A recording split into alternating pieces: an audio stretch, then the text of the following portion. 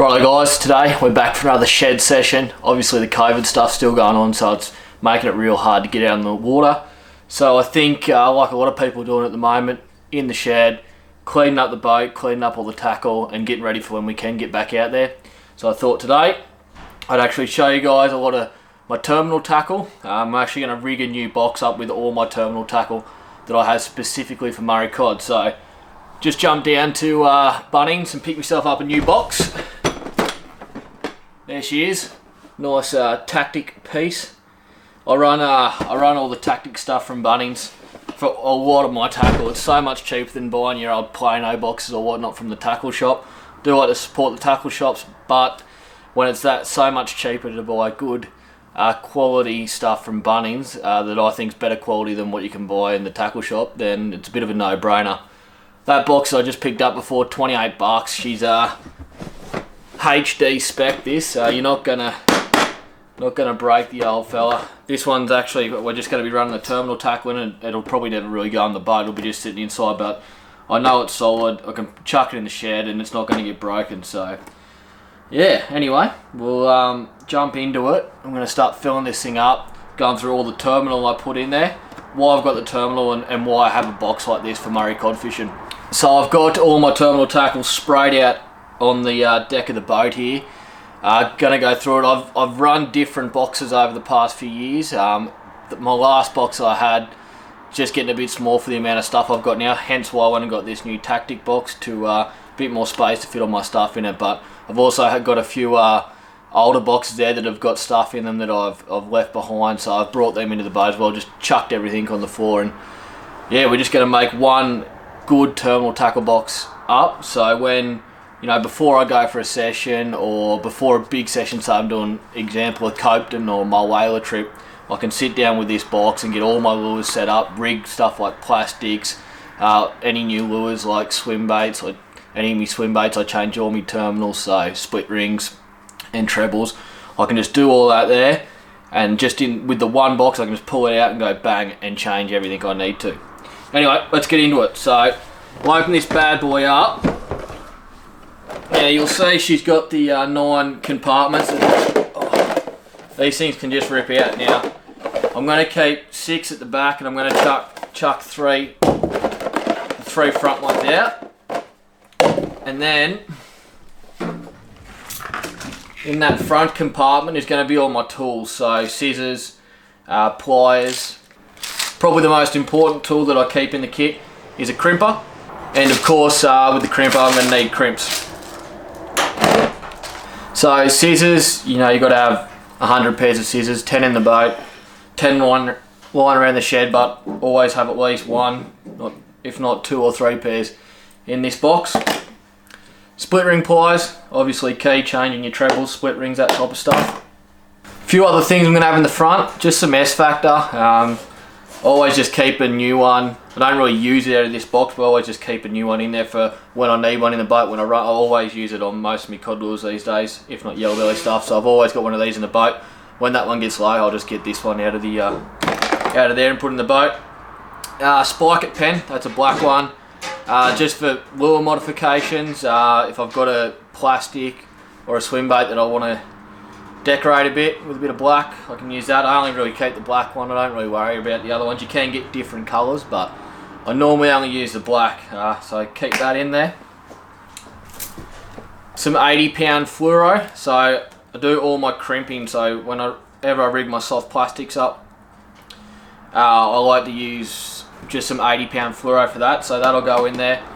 You can use wire, of course, so if you like wire, if you like to crimp with wire, chuck wire in there. I don't use wire, I find the 80-pound fluoro does a good job, so I just stick with that. Right, and the last thing, I just got an extra pack of these treble protectors to go on, obviously all my trebles, mainly for me swim baits. I think they're a great idea. I'm really pedantic about my trebles and making sure they're bloody sharp, because I don't want to be out there, especially with cod fishing, when you're fishing days on days to maybe get one hit. I want those trebles to be ultra sharp, so when that cod hits, they find the mark, because there's nothing worse than missing a hit. And often if you just got a pile of swim baits in a box and you don't have those treble protectors on them, they'll actually hit each other and bump each other, and it'll actually take the edge off your treble, and you'll actually be fishing with blunt trebles. Then, you know, most of the time it probably won't matter, but you know, when it does and that fish only just gets it or just swipes the lure, you want to have that sharp treble so you get him. So they go in. Obviously they're just some extras. All the swim baits in the box that I've got have all got them on them, so that's just an extra 4 pairs of those. Next up, and I've got a lot of them, is trebles. So I've got different brands of trebles, but they're all sort of, you know, 3 to 5 times strong trebles. You know, I've got Gammies, treble 14s, rate them pretty high. Owner SDX 58s. I only just started using these, can't give a good opinion just yet, but first impressions are really good. On the smaller scale, so size 4, 3, 2, 1 trebles, I like to use these Decoy YS81s, real sharp, real strong. They just seem to be a bit better quality in that smaller size treble. So, you know, little Chibitrils, Ganias sometimes, that type of stuff, just your small swim baits. On that rear treble, I normally go as, you know, a size 1, 2, if not down to 3 or 4. Also use them for stuff like Trans Ams and big lipless crankbaits for cod fishing. So they go in.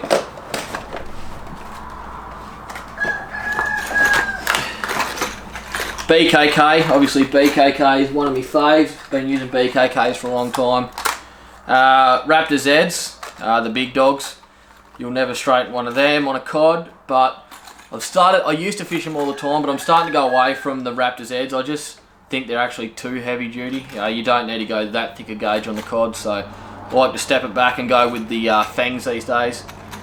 In the BKK, just not as thick a gauge hook, so when you're trying to get them in that cod's mouth, it's a little bit easier, and you're still not going to bend the fangs. So they go in. So basically in the kit, I've got a heap of different brands of trebles, but they're all sort of, so I've got size 4, size 3, size 2, size 1, 10, 20. That's pretty much all I go to. I don't really have any lures that'll need a 3.0 on the front. I know I run 2.0s on the front of Gigantrals, and that's pretty much my biggest swim bait. So there's no need to have a 3 and 4.0 in here. Righto. Next up, jig heads. So obviously, if you've seen some of me older videos, I love to rig up my own soft plastics. So jig heads, you obviously got to have a jig head for your soft plastics. So jig heads have got to go in. Got a few different ones. Just your standard TT headlocks. Don't run these very much anymore, but I've just got a fair few of them, so they've got to go in. Berkeley Specialists with that owner hook. Just started using these, real happy with them. They've got an attachment underneath, so you can, well, what I like to do is obviously crimp some 80-pound fluoro underneath and run a treble to it, so real handy for that. And of course the TT swim locks, my favourite jig head for all my soft plastic rigging. I'm very short on these actually. That's another good thing about the box, is you can just check it, and if you're short on something you can be like, shit, need to get a few of those, so run down the tackle shop and stock up, which I've got to do with these headlocks. I've only got one left, so I'll need to stock up on them. Normally run 1/2 ounce 8.0s in those.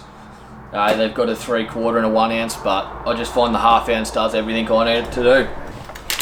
Also got on the jig head front just some owner flashy swimmers and beast hooks, that type of thing. Don't use them too much, but if I am rigging up soft plastics to fish in heavy cover, you know, timber, that type of stuff, I will sometimes whack it on a flashy swimmer, so it's just got that weedless capability and doesn't get snagged up all the time. So chuck those in.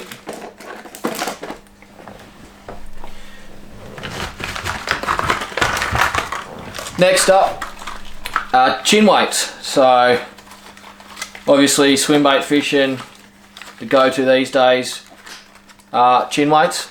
So you've got to have a bit of a range of chin weights. I normally try not to go over ½ ounce, because I find that the more weight you put on, it's going to affect the action of the lure. So I try not to go over ½ ounce, but you know, in the middle of summer when you're fishing and those fish are really deep, sometimes you do have to go up to, say, an ounce or that type of thing. So in that case, I don't have any ounce swim bait heads on me, but I just put 2 ½ ounces together. And you wouldn't believe it, but 2 ½ ounce heads equals an ounce. So on the chin weight front, I've got some TT snake locks there. Pretty good. They're all it is a bit of lead, so they're not. The brand isn't that important. Obviously some mustard football ones. Everyone should know about those. But you know, if you don't want to spend money on chin weights, because you know your TTs and your mustards, they're about $10 for 4 heads, which is pretty ridiculous, I reckon, because all it is a piece of lead. So the old poor man's way of doing it is actually just grabbing some sinkers. I just got a couple of sizes of sinkers there, both pretty light, but you can get heavier ones. You know, 18 of these cost me $3, so much cheaper. And all you do is on your loop knot to your swim bait, you actually just stick those in. So I'll show you a clip of that real quick. And there you go. So that's just a lot cheaper way to doing it if you don't want to spend money on chin weights, because really it doesn't improve the lure at all. All it does is make the lure sink quicker, and all that is lead. So this does exactly the same job as one of those. So they go in. Righto, next up we've got clips and split rings. So I am down on split rings at the moment, but got a few packs there. I will have to do an order to Outback Angler and get some more. But you know, doesn't matter what swim bait you pick up these days, most of the time you don't only have to change the treble, you've also got to change that split ring. You know, so many times you hear about it of people changing the trebles and not changing the split rings, and then hooking a big cod, and the split ring will straighten on you and you'll lose the fish. So pick up a good set of split rings. These ones are Maria's. There's a heap of different brands out there, but just make sure you get some good quality HD split rings. They go in. And then just different types of clips. So when I'm making my own chatterbaits, I use different types of clips to go to the front. So they go in, just a few different brands, Shoe Gun, Gummies, Mustards, doesn't really matter, as long as they're a nice heavy duty snap that isn't going to straighten on you. Getting towards the end, few extra pieces. Stinger hooks, so back of spinnerbaits, back of chatterbaits, back of soft plastics, depending on how I'm going to rig them, depending on where I'm fishing. Go in, probably need to pick a few more up of them. I've only got the one size, so I'll get some more in a range of different sizes, you know, 4, 5, 6 of those. Wumo beads. You normally see these on your back of your spinnerbait, so that just goes over the hook after you put your trailer hook on, stinger hook, and all that's going to do is just keep that trail hook on there. So if you get a cod on the back hook, he's going crazy, it's actually not gonna, this will make sure that trail hook can't come off your main hook. So chuck one of them on all the time, pretty essential.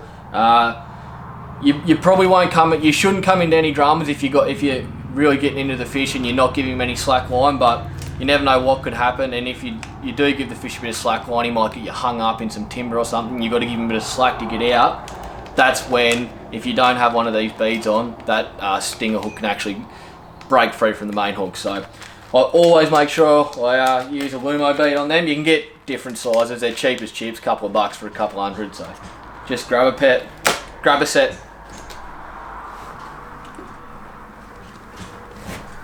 Some more spinnerbait and chatterbait stuff. So I've just got some blades, Colorado blades that I've had sitting around. They'll have to go in. You know, most of my spinnerbaits are all rigged up, ready to go when I buy them, but you never know, sometimes you'll lose a blade or blade gets damaged. So just have a couple of blades you can change. Jig spins.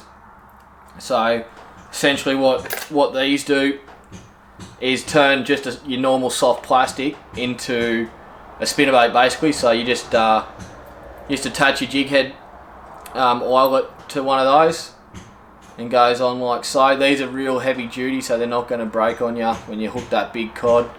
Obviously the bass guys use jig spins a lot. Not a very big, you don't see it very much with cod, but Very effective. I get these from You Make 'em Soft Plastics. Cheap as, you get, I can't remember how much, but it's like you get 20 sets for $10 or something like that. So, or just pick up 10, have them in the kit. You never know when you might want to try one. Obviously, you're going to have to buy your Colorado blades on top of that to put on there. So you just open that up with a set of pliers and close him back up. Pretty simple, Simon. Chatter blades. I make my own chatter blades a lot of the time, so got a few different sizes of chatter blades that I put in there. I've actually got a heap of them, but I do need to stock up on my largest size. I'm out of my largest size, so I've got a medium there, a large there, but I need to pick up some jumbos because I've been using the jumbos a lot lately. And the last thing, basically, to keep the last thing that I like to keep in with my terminal tackle lure customization box is just some skirts. So skirts are pretty important, you know, with spinnerbaits, chatterbaits, that type of stuff. Even just running soft plastics, chucking a skirt on there can change it up. A lot of people don't think a skirt will actually do much to a lure, but if you chuck one in the pool and swim it back, you watch how much that skirt actually pulses. Can give your lure some vital action and change it up a bit, and can sometimes probably result in picking up a fish. So I've just got a few colours there: brown, purple, pink and purple, white and red, bit of chartreuse and white. I've got to stock back up. I'm out of orange, so orange will be getting purchased. Maybe just a black, but it's a pretty good range of colours there. They'll also just go on the front. Righto guys, that box is all done now. I just spent a quick few minutes trimming stuff up and make sure everything fit right, which it does. She's nice and neat. There she is. Got all the gear in there. So, pretty happy with that. As I said, you know, it's just so handy to have that box before a session. Not every session, but before every couple of sessions, if I've got a few new lures or need to rig something up, if I want to modify a spinnerbait, if I want to rig a chatterbait, if I need to rig a new plastic, I can just jump in the shed, pull this box out, and I've got everything there ready to go. You know, this box will never come in the boat with me, it'll just sit in the shed. If I do go on a big trip, you know, going away to a cod den for a week or going up north barra fishing, this box will obviously get chucked in the ute, and if I need to modify a lure, I need to rig something up on hand up there, I've got everything there ready to go. So, but apart from that, it'll just sit in the shed. I do have in the boat, in one of my compartments, I've got a smaller box that's just got a few split rings, a few trebles, skirts, a couple of jig heads, that type of thing. So if I do need to quickly change trebles out in the water, I can, but for the most part, I'll do all my lure modifications at home before I go in the water. I like to have everything ready to go. So that's it. You know, this box, cod, barra, but you know, mainly cod, that's what I do. I do have another box similar for me bass and yellow fishing, so they're pretty much the same type of stuff, trebles, assist hooks, that type of thing. Very similar box to this, but just on a smaller scale, obviously. Doesn't need to be too heavy duty for the bass and yellows. Now, I do have just pulled this fella out here, new Jakko Gania that I'm going to rig up. So we're going to get to put the box to its first use with a new lure. You know, obviously, as I said, all my swim baits, doesn't matter what brand it is, it's not very often I don't change the trebles and the split rings. You know, Jakko recently have upgraded their hooks, but their split rings are still up the shit, so don't trust them. I've already heard of a few people losing good fish due to the split rings, so just change them. You know, the hooks do look a lot better, but I'm still going to chuck them in the bin because I'm not happy with them. So open my box, obviously got the split ring pliers in there. We'll just rip these bad boys off straight away, chuck them in the bin. Now, a lot of people like to complain about swim baits and that not coming cod spec ready to go, but it's just how it is. You know, a lot of these swim baits are actually made for bass, largemouth bass, and obviously largemouth bass don't get to the size that cod do, and don't pack the punch the cod do. So they're just not made for it. But you know, you can complain all you want, I guess. I don't. I actually enjoy sitting down and working on my lures and making sure I'm happy with it. Don't have to blame someone else for something going wrong. And you know, I'm happy to pay a couple extra bucks for a few trebles and split rings. Obviously, you know, trebles aren't cheap these days, but these swim baits, they work. So you've just got to pay the money, and yeah, and trick them up yourself, I guess. Also with the Ganniers, it's got that split ring at the front there. Take that off. I don't trust that either. Get rid of it. Instead of having a split ring at the front, all I do is just tie a loop knot. So does the same thing. One of those rings straight in the bin, or a loop knot, but just it allows that lure to be free and obviously enhances the action. Righto, so I've got some split rings out here. Now I'm going to run. I've got these Marias. They're a size 5 split ring for this.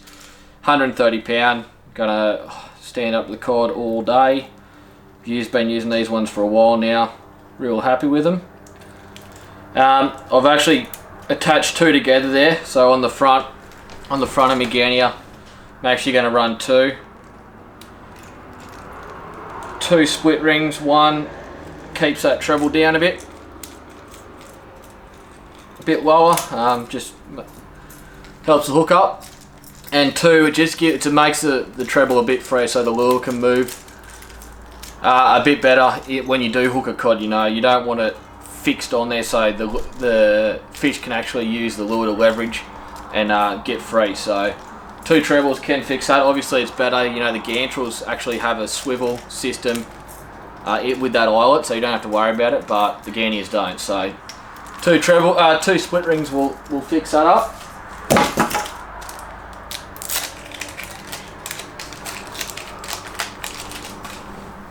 And then I just run the 1 split ring at the rear.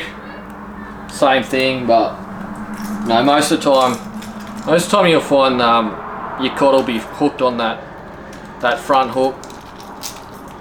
I'm not as worried about the back. Now with this one, I'm gonna run treble 14s, Gammy treble 14s. 1.0 at the front and a size 1 at the back. That's what I find works best with the Gannier, those sizes. Other thing with the extra split ring as well, guys, is gives it a little bit more of a sink. Obviously the Gannier is a floating bait, but when you chuck the HD Trebs on and the split rings, it gives it a real slow sink, so you don't have to put as much weight if you want to sink it down. You don't have to put as much weight on there with the chin weight.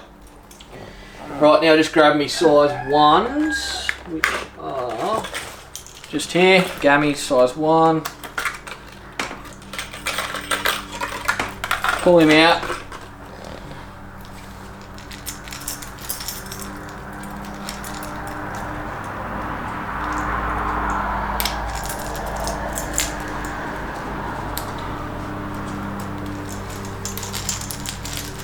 On she goes. Done. And there we go. Canny is ready to go. Hopefully we can get out in the water soon. Obviously, looks like restrictions are starting to ease, so I'm hoping the next couple of weeks be out there fishing again, and this Ganny is going to be one of my first baits tied on. Anyway, guys, that's me terminal tackle. That's me box. That's rigging a Ganny up.